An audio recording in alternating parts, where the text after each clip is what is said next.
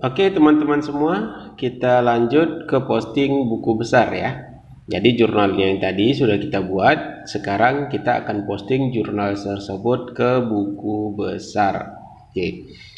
Yang pertama yang kita posting ke buku besar adalah jurnal tanggal 1, di mana di sini ada 5 akun yang akan kita posting. Ya, yang pertama kas, kita posting ke akun kas di debit senilai 450 juta ya, dari modal ya. Di setoran modal ada di debit kasnya 450 juta, sehingga saldo kas pada tanggal 1 Januari itu ada 450 juta.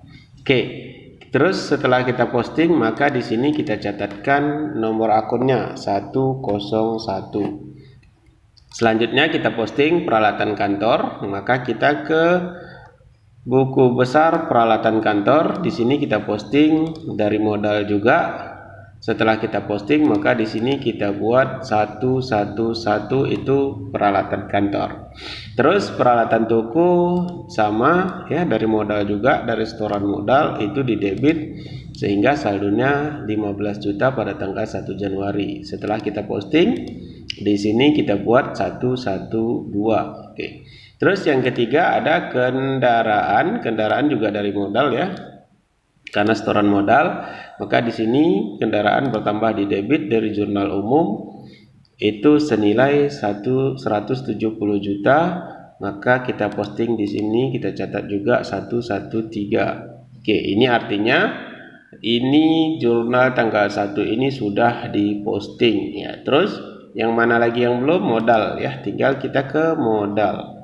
Jadi di modal ada 4 akun yang harus kita catatkan, karena 4 akun inilah yang sekalian di store untuk modal awal, sehingga totalnya menjadi 660 juta. Setelah kita posting, maka di sini kita letakkan nomornya 301.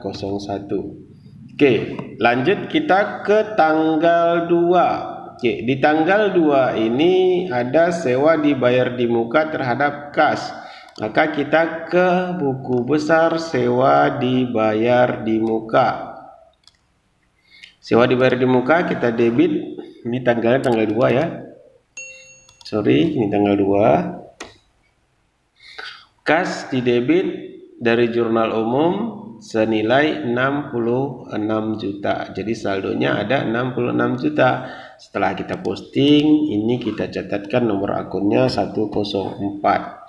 Nah, sekarang kita ke kas, karena ada kas yang berkurang pada tanggal 2 Januari. Sehingga di sini kita kreditkan kasnya senilai 66 juta, sehingga saldo pada tanggal 2 itu kas menjadi 384 juta.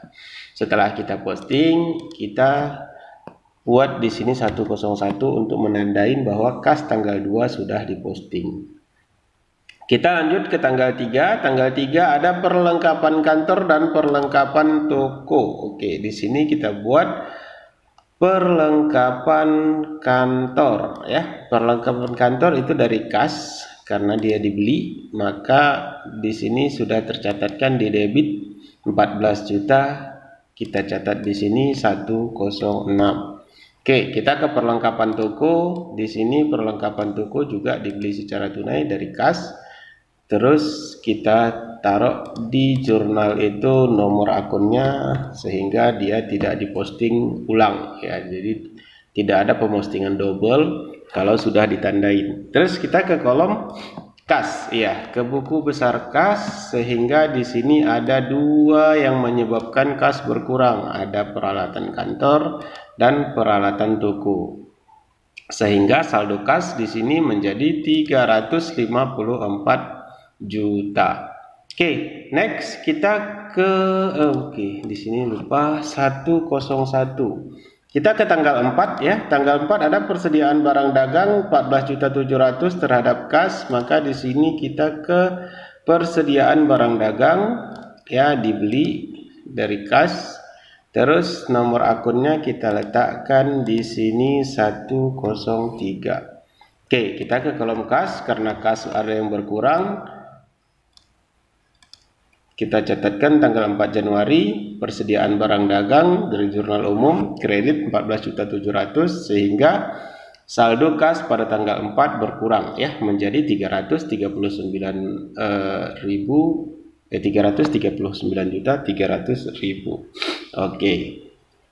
Next, kita catatkan di sini 101. Terus kita ke tanggal 5 ada asuransi dibayar di muka terhadap kas, juga kita ke asuransi dibayar di muka. Oke, asuransi dibayar di muka dari kas 2.400.000 sehingga kita catatkan di sini 105.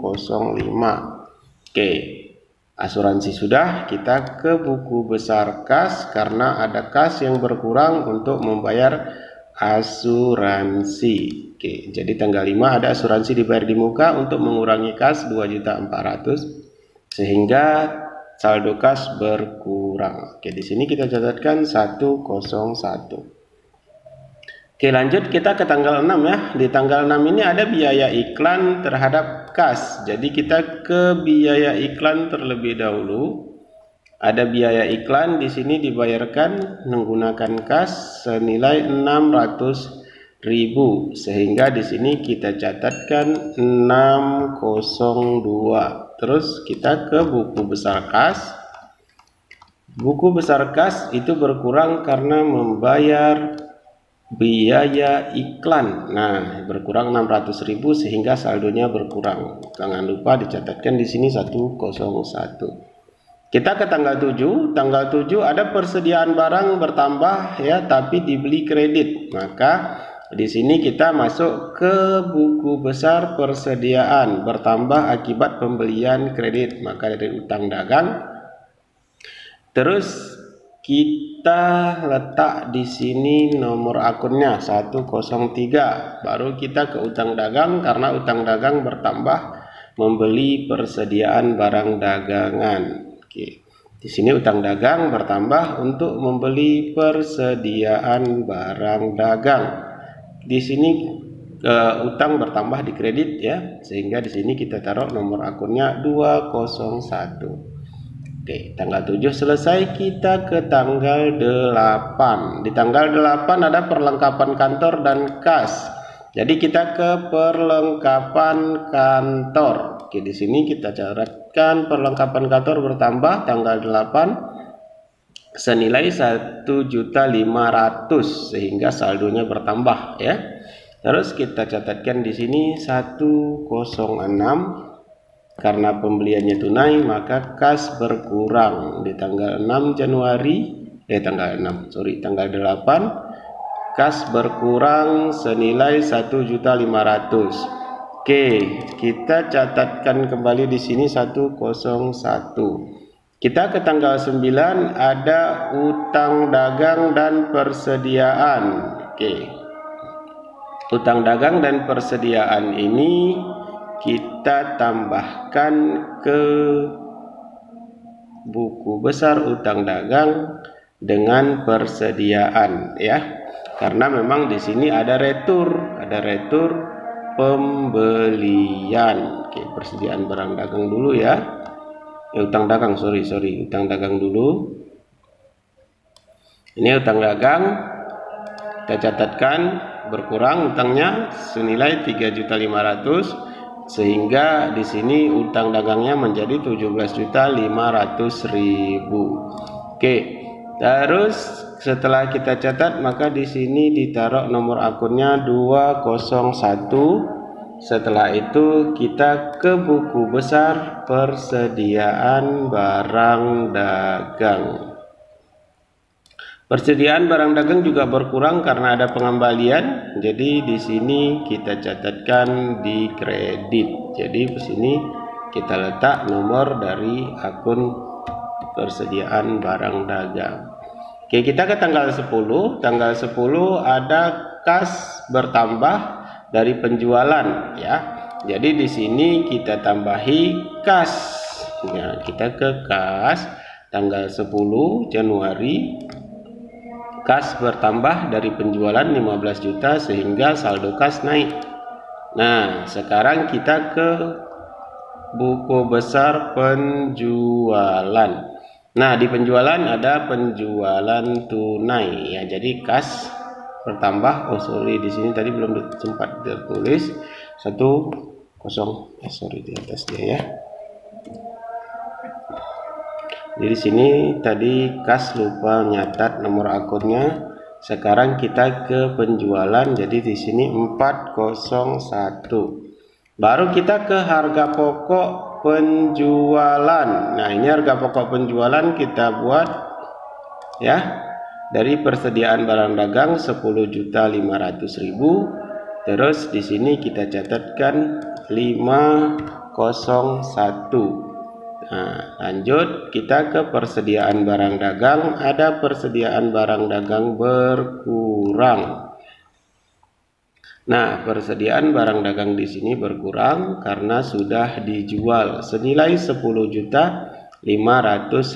Maka saldo persediaan itu tinggal 21.700.000. Oke, kita catat di sini 103. Oke, tanggal 10 selesai, maka kita ke tanggal 11. Tanggal 11 ada prepe terhadap kas. Jadi di sini kita ke buku besar prepe ya. Prepe ada penarikan pribadi. Jadi di sini kita catatkan sehingga kas berkurang. Di sini kita catat 302. 302 kita ke buku besar kas ya. Di sini ada penarikan pribadi sehingga mengurangi kas perusahaan. Nah, jadi sini kita catat 101. Oke, setelah tanggal 11 selesai, kita ke tanggal 12 ada penjualan kredit. Jadi kita ke buku besar piutang. Nah, di buku besar piutang ada piutang bertambah dari penjualan senilai 20 juta. Oke. Di sini kita catatkan 102. Terus kita ke buku besar penjualan. Nah, di penjualan itu bertambah penjualan kredit. Jadi dari piutang dagang. Oke, jadi penjualan kita sekarang menjadi 35 juta. Di sini kita catat dulu 104. Terus kita ke harga pokok penjualan. Nah, di sini inilah yang membedakan antara metode perpetual dengan metode periodik, karena harga pokoknya langsung tercatat ya. Di setiap penjualan harga pokok langsung tercatat. Di sini 501. Baru kita ke persediaan barang dagang. Nah, persediaan barang dagang di sini berkurang menjadi 7.700.000 karena sudah berkurang 14 juta. Oke, di sini 103. Next, kita ke tanggal 13 Januari. Ada pembayaran utang dengan potongan ya. Oke, tanggal 13 Januari itu utang dagang berkurang senilai 17.500.000. Maka kita ke buku besar utang dagang. Di sini berkuranglah utang dagangnya sehingga menjadi 525.000. Oke ya. Terus di sini juga ada potongan penjualan. Oke, sehingga utang dagang menjadi 0. Terus kita tambah di sini. Tidak catat dulu ya. Bukan ditambah, dicatat 201. Terus kita ke buku besar kas. Nah, di buku besar kas ada kas berkurang karena membayar utang senilai 16.975.000. Terus kita catat di sini 101. Baru kita ke buku besar persediaan. Karena ada persediaan berkurang karena ada potongan, jadi nilainya berkurang ya, 525.000 sehingga saldonya menjadi 7.175.000. Oke, setelah kita posting, sini kita catatkan nomor akunnya 103. Next, kita ke tanggal 13 Januari, itu ada persediaan barang bertambah senilai 59.500.000. Oke, kita ke persediaan buku besar persediaan barang dagang tanggal 13 ada yang bertambah. Ya, dari utang dagang, maka kita ke buku besar utang dagang. Nah, kita ke buku besar utang dagang. Utang dagang bertambah dari pembelian persediaan. Oke.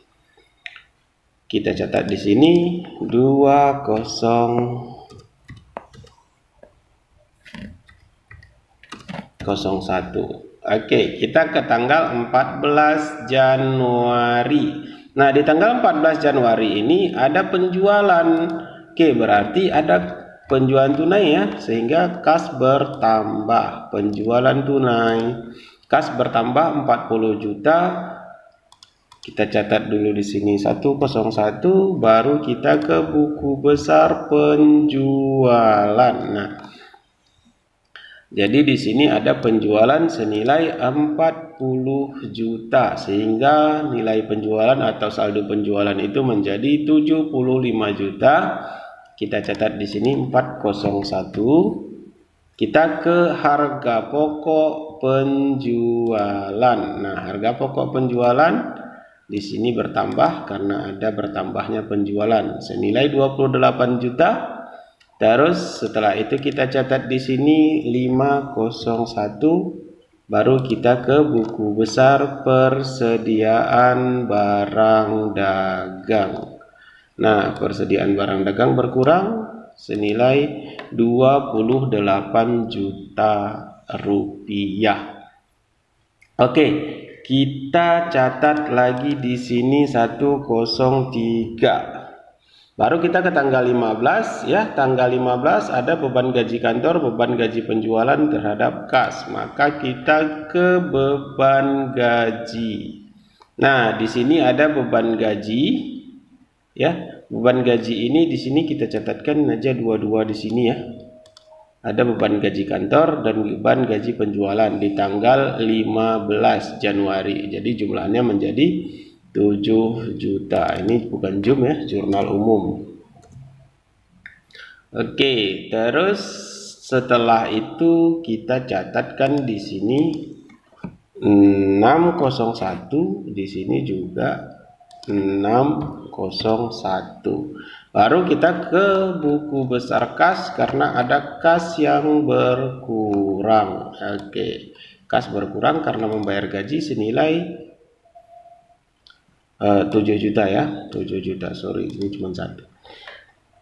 Oke, terus kita catat di sini kasnya menjadi 101. Kita ke tanggal 17, perlengkapan toko dibeli secara tunai, maka ada perlengkapan toko bertambah.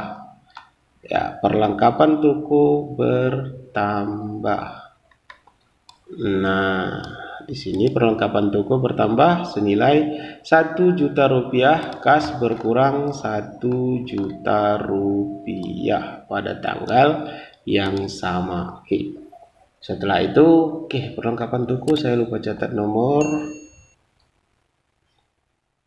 107. Di sini 101.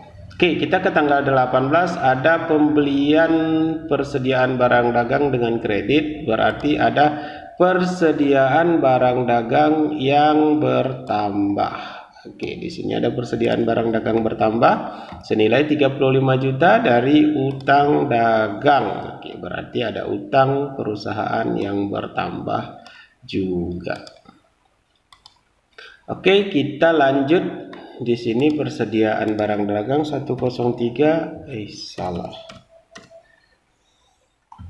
103, di sini 201. Kita lanjut ke tanggal 20, ada kas potongan penjualan terhadap piutang dagang. Berarti di sini ada penerimaan piutang dengan potongan ya, dengan potongan penjualan. Oke, berarti tanggal 20 ada kas bertambah. Ada tanggal 20 kas bertambah senilai 19.600.000. Terus potongan penjualan. Oke. 101 potongan penjualan. Di sini ada potongan penjualan bertambah 400.000. Nah, potongan penjualan ini 402. Terus piutang dagang berkurang senilai 20 juta. Oke, piutang dagang berkurang 20 juta. Oke, sehingga piutangnya menjadi 0. Oke, di sini kita catatkan 102. Oke, tanggal 23 persediaan barang dagang dibeli, ya, persediaan barang dagang dibeli dengan tunai. Berarti kita ke kolom persediaan barang dagang tanggal 23 bertambah 28 juta. Terus kita catatkan di sini 103. Kita ke buku besar kas. Kas berkurang karena membeli persediaan barang dagang senilai 28 juta. Nah, kita catat 101.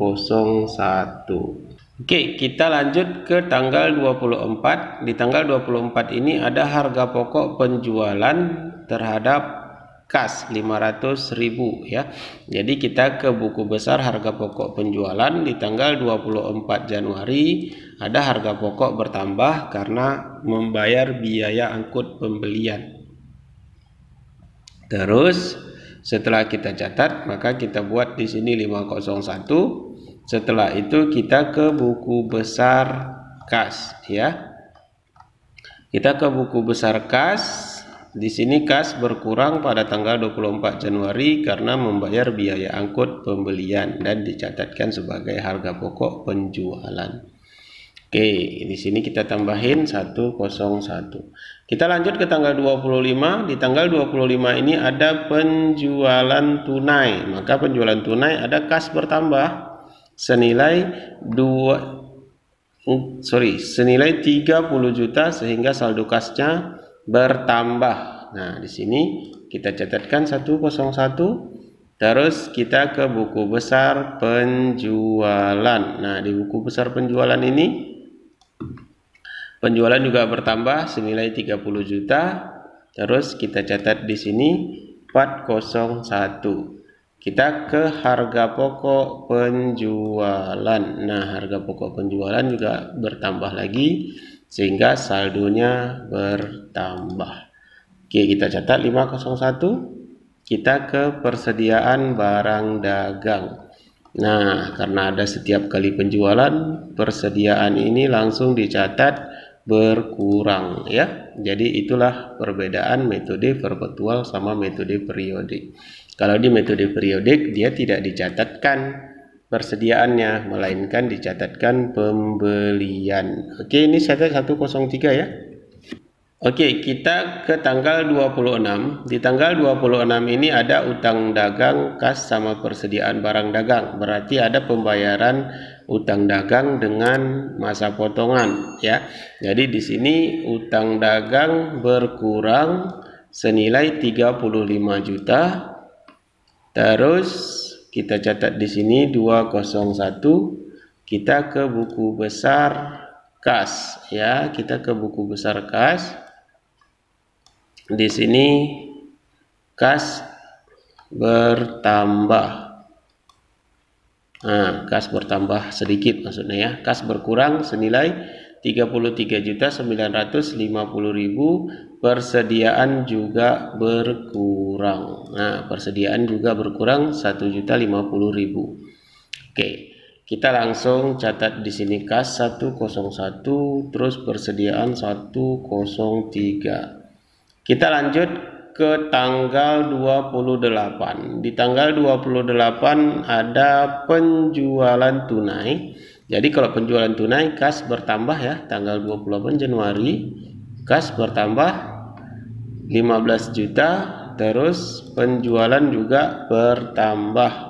Maka kita tambahi di buku besar penjualan. Sehingga penjualan menjadi 120 juta. Oke, di sini dicatat 401. Harga pokok penjualan juga kita catatkan bertambah senilai 10.500.000. Di sini kita catat 501. Baru kepersediaan barang dagang. Nah, persediaan barang dagang berkurang senilai 10.500.000. Maka di sini kita catatkan 103. Oke, yang terakhir tanggal 30 Januari ada pembayaran beban utilitas. Jadi kita ke buku besar beban utilitas. Nah, di sini beban utilitas bertambah 3 juta. Kita catat di sini 604. Baru kita ke buku besar kas. Ya, kita ke buku besar kas berkurang karena membayar beban utilitas, sehingga kas kita terakhir senilai 362.475 juta. Jadi di sini semua sudah tercatat. Maka langsung kita buat buku besar ini ke dalam neraca saldo. Oke ya. Jadi setelah kita posting di sini, maka saldo-saldo yang ada ini kita pindahkan ke neraca saldo semua. Jadi dia nilainya harus balance. Oke, di sini sudah ada neracanya ya. Di sini sudah ada neraca, dan saldo dari neraca ini adalah saldo akhir per akun di buku besar. Nah, contohnya ini ada kas. Jadi kas ini saldonya harus kita ambil dari sini. Ya, kita ambil saldonya itu 362.475.000. Nah, piutang dagang juga kita ambil dari piutang dagang. Jadi piutang dagang ini dia saldonya 0. Jadi piutang dagang tidak bersaldo. Persediaan barang dagang ini saldonya ada 69.125.000. Jadi saldonya 69.125.000. Kita ke sewa dibayar di muka. Sewa dibayar di muka itu saldonya 66 juta. Terus asuransi dibayar di muka itu saldonya 2.400.000. Terus perlengkapan saldonya ya, perlengkapan kantor saldonya 15 juta. Perlengkapan toko itu saldonya 17 juta.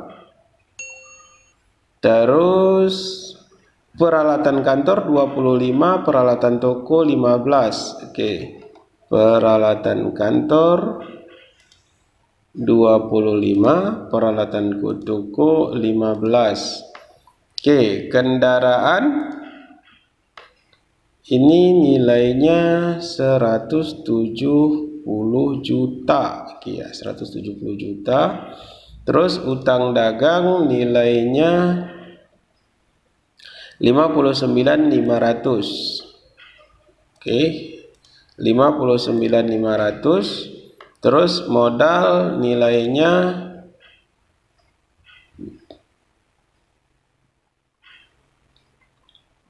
660 juta. Prepe nilainya ada 1.500.000 ya. Prepe 1.500.000 tadi dari sini. Terus penjualan 120 juta.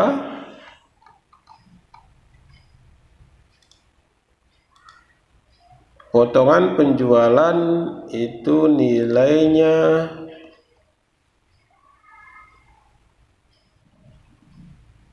400.000. Harga pokok penjualan itu nilai saldonya ada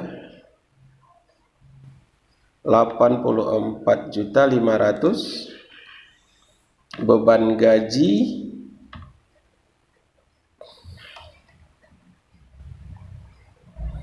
Beban gaji 7 juta, biaya iklan 600.000. Oke. Beban gaji 7 juta, biaya iklan 600.000. Beban sewa ini belum ada. Beban utilitas yang ada ya. Beban utilitas